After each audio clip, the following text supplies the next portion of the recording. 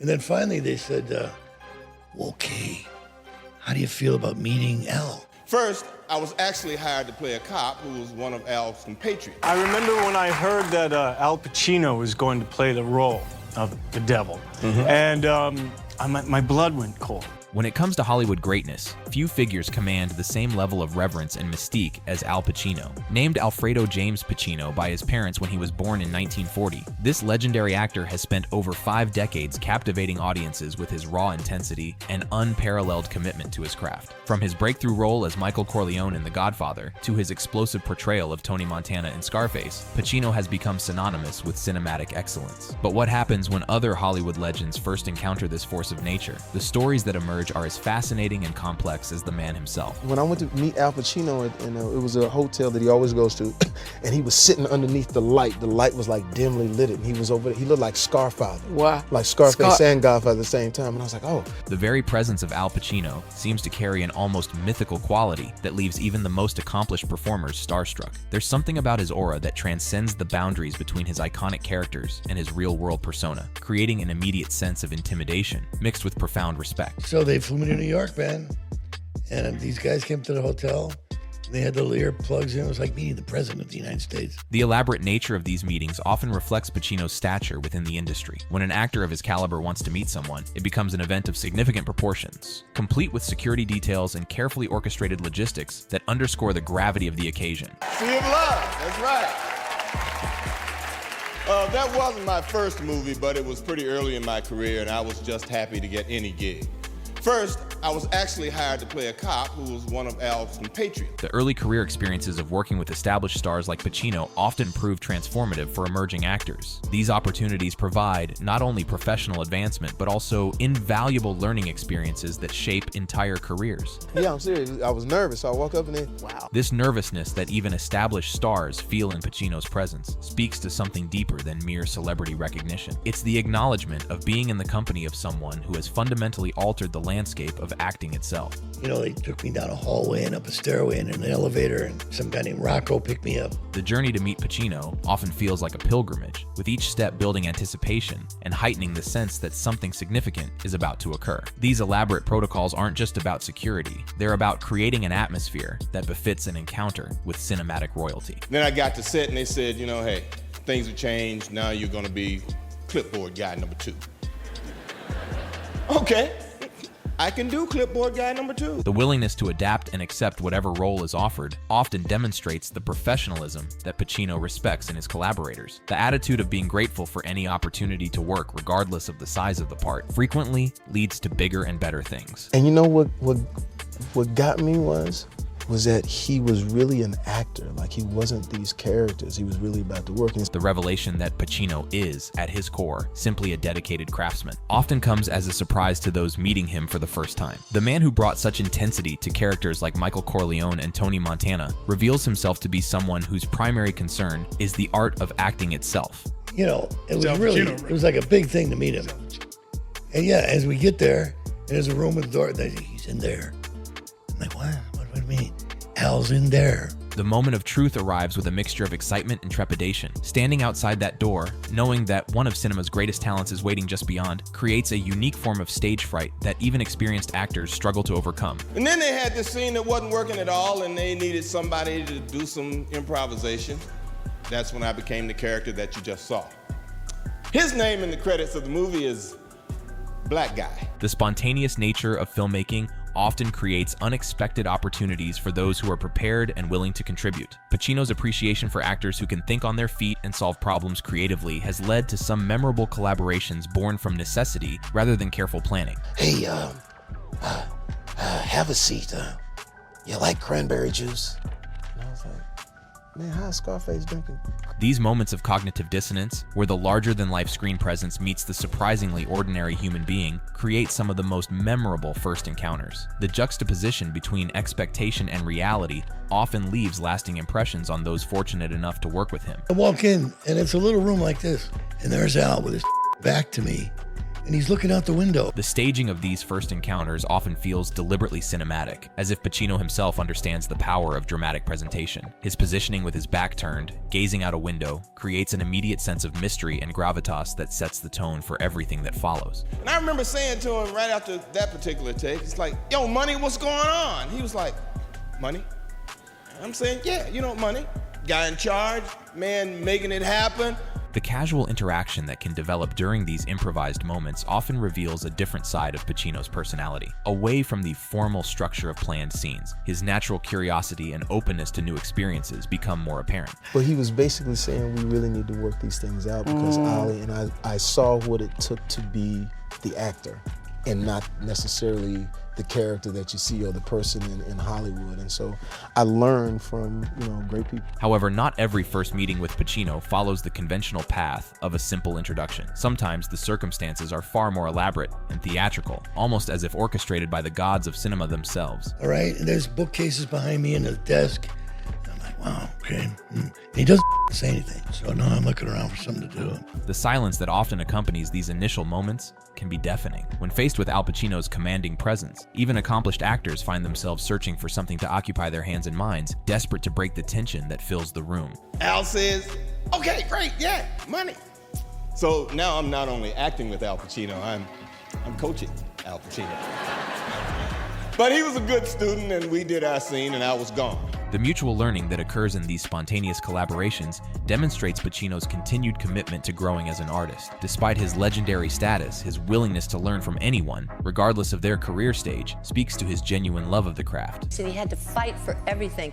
I remember he was talking about how they wanted to fire Pacino, and they wanted him out. Recognition of Pacino's struggles and perseverance in achieving his legendary status adds depth to understanding why these first meetings carry such weight. His journey to the top wasn't easy, and those who work with him often gain appreciation for the dedication required to reach such heights. These moments reveal Pacino's keen awareness of his surroundings and his ability to control a room, even when seemingly disengaged. His use of reflection to observe without directly looking demonstrates the same attention to detail that has made his performances so compelling throughout his career. So I hand my clipboard to another actor, and I'm off to improv with Al Pacino.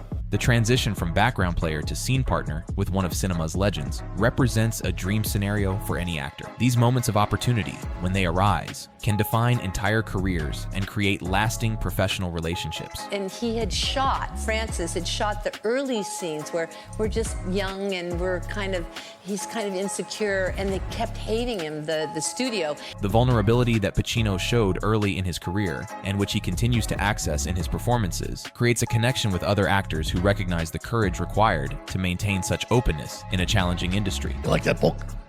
I'm like, I go, no, I don't even know what book it is, okay? The honesty that emerges in these encounters often surprises both parties. There's something about Pacino's presence that seems to strip away pretense and force people to respond with genuine, unfiltered reactions rather than calculated responses. But I got to act with Al Pacino, and that was worth more to me than anything. Al, you're still Money, and I'm really glad that you now know what that means. The lasting impact of these brief encounters often exceeds their duration. For many actors, the opportunity to work with Pacino, even briefly, becomes a career highlight that influences their approach to the craft for years to come. And that scene, Al Pacino's so great in that scene. It's so moving. The emotional impact of Pacino's performances resonates not just with audiences, but also with his fellow actors, who understand the technical and emotional skills required to create such powerful moments on screen. The conversation that follows often reveals Pacino's deep commitment to understanding source material and his expectation that his collaborators share that same dedication. His suggestion to read the book demonstrates his belief that great performances come from thorough preparation and comprehensive understanding of the material. The specific details that emerge in these conversations reveal the depth of preparation that both parties bring to their work. References to classic films and literary elements demonstrate the shared vocabulary that serious actors use when discussing their craft. Sometimes these discussions reveal Pacino's protective nature regarding certain character, the element performance. His immediate claim to specific aspects of a role demonstrates his deep investment in character development and his willingness to assert creative control when necessary. The artistic negotiation that occurs in these moments often feels less like a traditional business discussion and more like a genuine artistic collaboration between creative equals. Pacino's insistence on certain elements isn't driven by ego, personal preference, or power dynamics. It's fundamentally about his artistic vision for how the character should be developed, portrayed,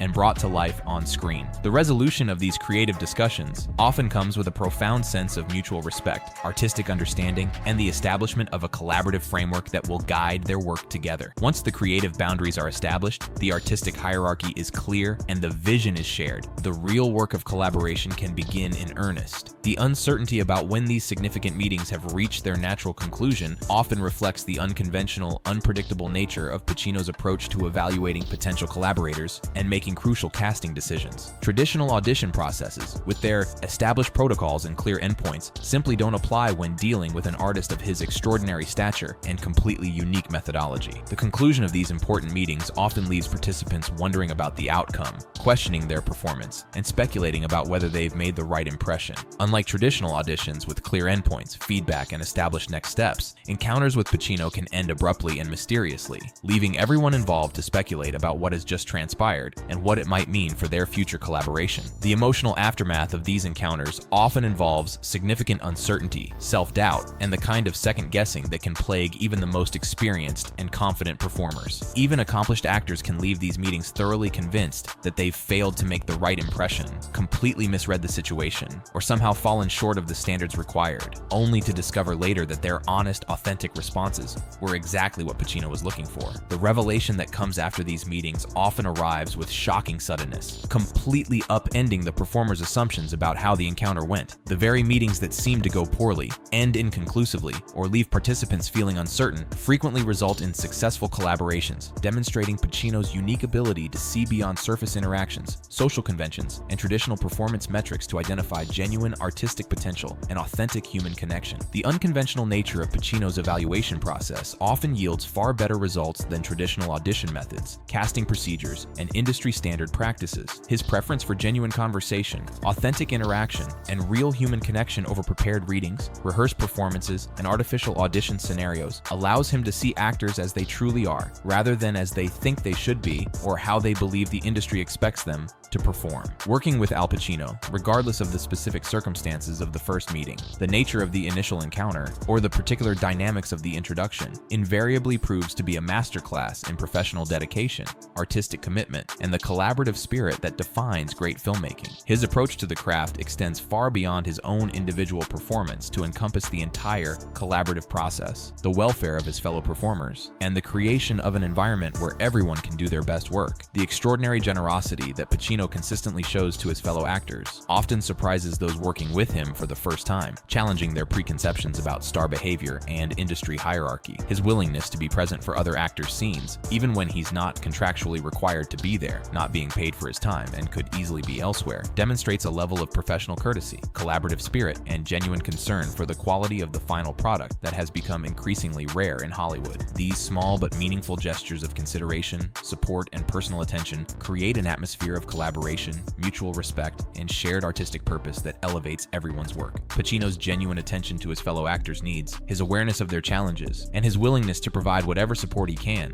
helps create the kind of supportive, nurturing environment where great performances can flourish and artistic excellence can emerge. The perspective that actors bring to working with Pacino, their attitude toward the collaboration, and their willingness to embrace the learning opportunity often determines the ultimate success of the partnership. Those who approach the experience with genuine gratitude, openness to learning, and appreciation for the rare opportunity they've been given typically find the experience transformative, regardless of any challenges, difficulties, or unexpected circumstances that may arise during the collaboration. The adaptability, flexibility, and problem-solving skills required when working with a legend like Pacino extend far beyond simple professionalism to encompass a fundamental willingness to adjust one's own methods, expectations, and approach to the work. The ability to remain flexible while maintaining one's own artistic integrity, creative vision, and professional standards often determines not just the success of these specific collaborations, but the trajectory of entire careers. The reverberations of these encounters extend far beyond the individuals who experience them firsthand, creating a tapestry of admiration and respect that spans generations of Hollywood talent. Robert De Niro, whose friendship with Pacino stretches back over 50 years to their early days in New York's acting workshops, has consistently highlighted their profound bond, calling Pacino a big, beautiful friend,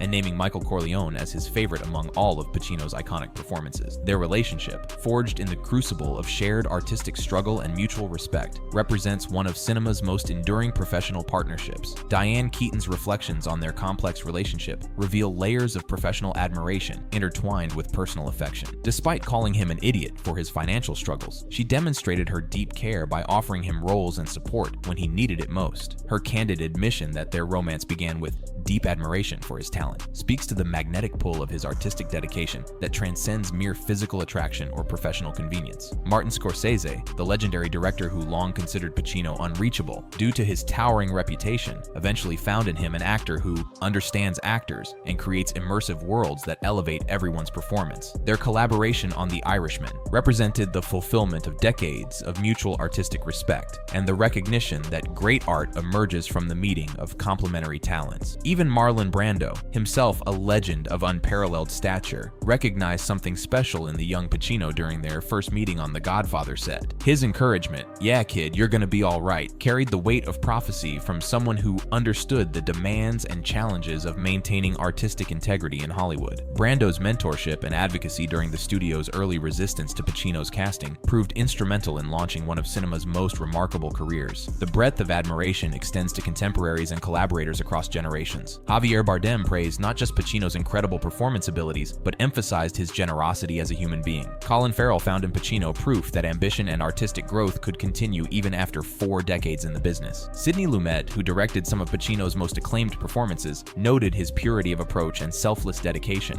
observing that the only one who suffers when Al is working is Al. These testimonials paint a portrait of an artist whose influence radiates outward, touching everyone who encounters his work ethic, dedication, and collaborative spirit, creating a legacy that extends far beyond individual performances to encompass a fundamental approach to the craft that continues to inspire and elevate the entire industry. Yet beneath the veneer of universal admiration and critical acclaim, Al Pacino's career has not been without its share of controversies, criticisms, and moments that have sparked debate among both industry insiders and devoted fans. Perhaps most telling are the accounts that emerge from behind-the-scenes experiences, where the intensity that makes his performances so compelling sometimes creates challenging dynamics for his collaborators. The complex relationship between Pacino and Johnny Depp during the filming of Donnie Brasco provides a fascinating glimpse into the sometimes difficult realities of working with a legend whose standards and expectations can prove overwhelming for some performers. Michael Madsen's candid recollections reveal a palpable tension that extended beyond mere professional disagreement into something more personal and lasting. The infamous rat trick incident,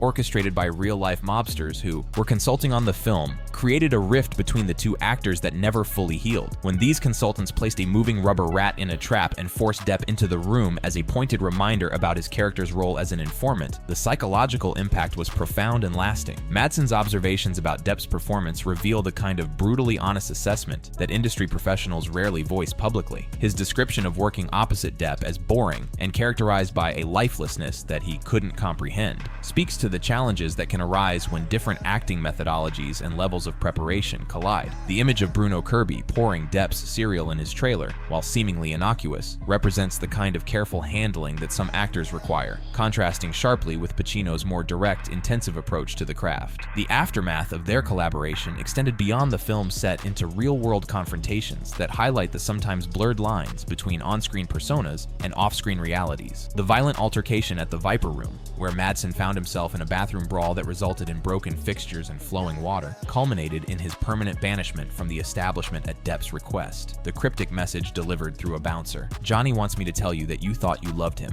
remains enigmatic and suggests deeper emotional complexities that were never fully resolved. Even Pacino's legendary intensity has occasionally drawn criticism from those who view his later career performances as veering towards self-parody. Some industry observers and critics have noted a shift from the subtle, nuanced performances of his early career to what they perceive as more theatrical, operatic interpretations that prioritize volume over vulnerability. His financial struggles, including being broke at age 70 due to extravagant spending and investment in a Ponzi scheme, led to accepting roles in critically panned films that some viewed as beneath his artistic standards, raising questions about the balance between financial necessity and artistic integrity in maintaining a legendary career.